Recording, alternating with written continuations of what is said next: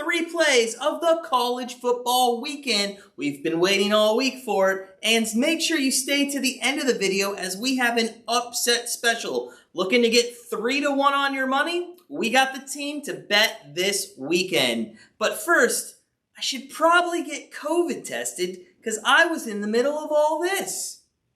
That's right, Notre Dame beating Clemson last week. All you Notre Dame Irish fans, comment below. Give me that fire. We tore Clemson a new one without Trevor Lawrence, but we'll take it. But let's not worry about the past. Let's look to the future and our top 3 plays of this week. Before we get started, make sure you hit like. Make sure you subscribe to our channel. We are on fire. We're coming off a 5-0-1 plus 9 unit NFL week, and that video is dropping tomorrow. So make sure you get notified tomorrow when that comes out.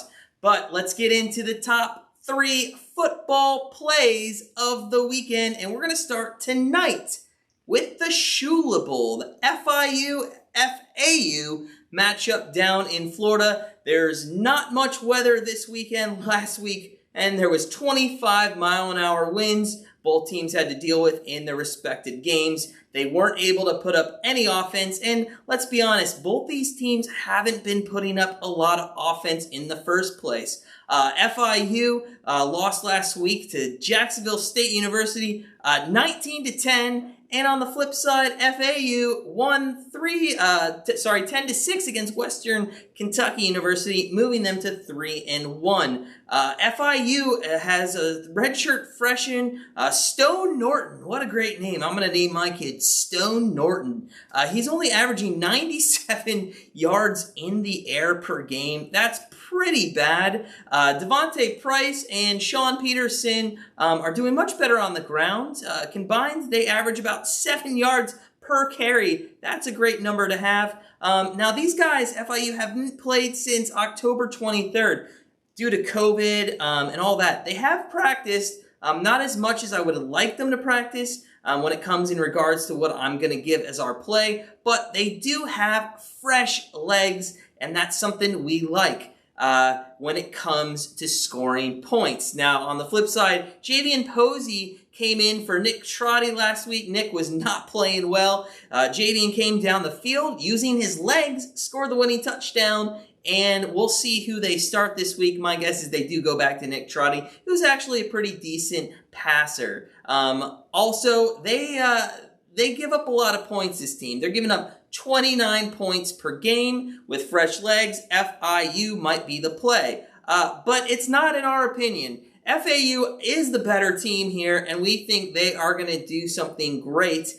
and put up a lot of points. And it's going to be kind of a back-and-forth game. FAU has Davidson, their rusher. 2 weeks ago, he was 136 with a TD, and in his last 3, he's scored a touchdown. So look for them to run the ball and score on the ground. Now, where are we going with this? FIU, we've said is great. FAU, we've said is great. Well, the over's at 41. There's a lot to that. Both defenses have played well, and offenses have been abysmal so far, and it's just been awful. So the bookmakers think it's going to be a close, low-scoring game. I think the other way. I think FAU, who gives up 29 points a game for a team that's hasn't played in 3 weeks, is going to score some points. I do like FAU to win it, but our official play is going to be over 41. I think this could be in the 50s, maybe 60s, especially since the weather will not be a factor in this game. So, Shula Bowl, over 41.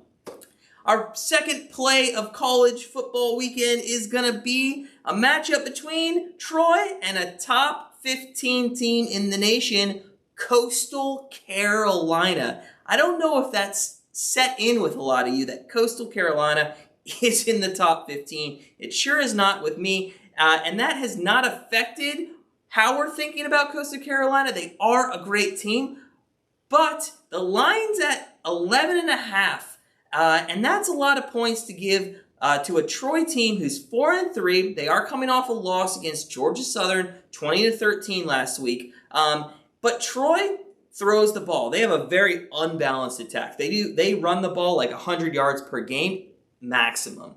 They throw the ball a ton. They're throwing over 300 yards per game. It's second in the Sun Belt Conference and 21st overall nationally. On the flip side, you got Coastal Carolina. They're 7-0, 15th in the nation, as we mentioned. They're coming off not an impressive performance. It was 23-6 over South Alabama.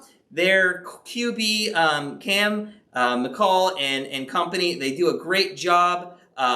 He's throwing 70% completions at this point. His wide receivers are averaging 17 yards per catch. But one thing Coastal Carolina is doing is giving up about 243 passing yards per game. What's one thing we just mentioned Troy does well? They pass the ball. 300 yards. Like I said, second in the Sun Belt, 21st nationally. And Gunnar Watson, their starting QB, has actually been out for 3 games. They're doing this with a backup quarterback. Gunnar looks like he might be coming back, which is only going to make Troy's offense that much more of a threat. We like Troy plus 11.5 here. And to be honest with you, depending when you get it, it just keeps rising. A lot of people have bought into Coastal Carolina because they're 15th in the nation, but really they've been struggling a little bit in the last couple games to score some points, and Troy's defense is nothing to blink at. So I like Troy plus 11.5 over Coastal Carolina. And to be honest, it could be our upset special of the week. Stick around to find out. Third play of college football for Saturday. It is on the late night Eastern. It's 11 p.m. Eastern.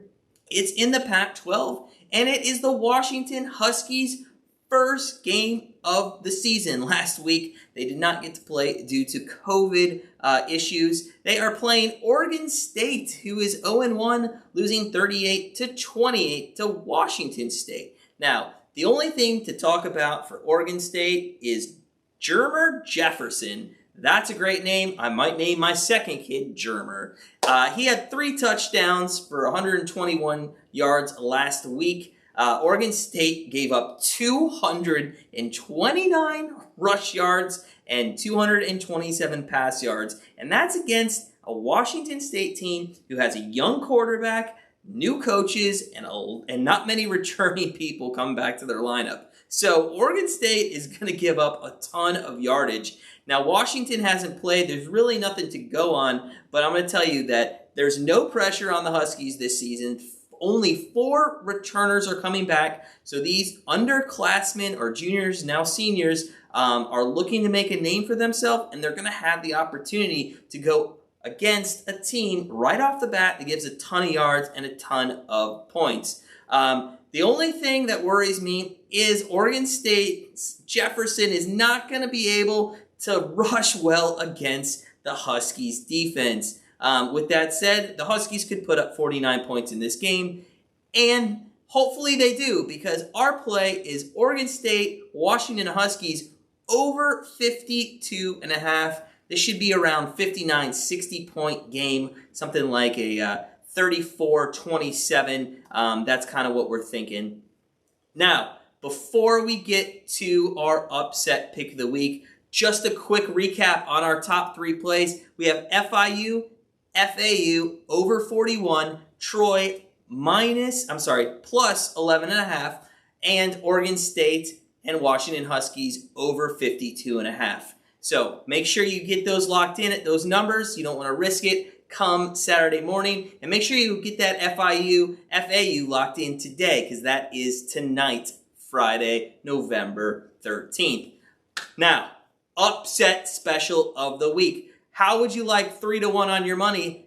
I'm going to tell you how you're going to get it. Florida State, North Carolina State. Florida State is plus 300 on the money line. There's no way that should happen. We actually have them only losing by maybe 1, maybe 2. I think this swings to Florida State's favor in the game. They have played very well against good teams. They beat a North Carolina team and showed up well against Notre Dame, number 2 in the nation, just saying. All right, NC State, on the other hand, are coming off a heartbreaking loss to the Miami Hurricanes. These guys were up big, should have won that game. They're going to have their heads down. They're not going to be thinking about what's in front of them, they're going to think about what's behind them, and that is losing in the way they did last week. So Florida State plus 300, put them on the money line. Throw some pizza money at it. You can thank us later. So that's it, guys. Thank you for watching. Make sure you hit that subscribe button. If you're interested in any of our member plays, we are the cheapest in the business and the only ones to give you a money-back guarantee. If we don't give you a profit, you get your money back. Who does that in the sports betting industry? Nobody I know. So sit back, relax, enjoy the picks we gave you, and let us always do that work while you always do that winning.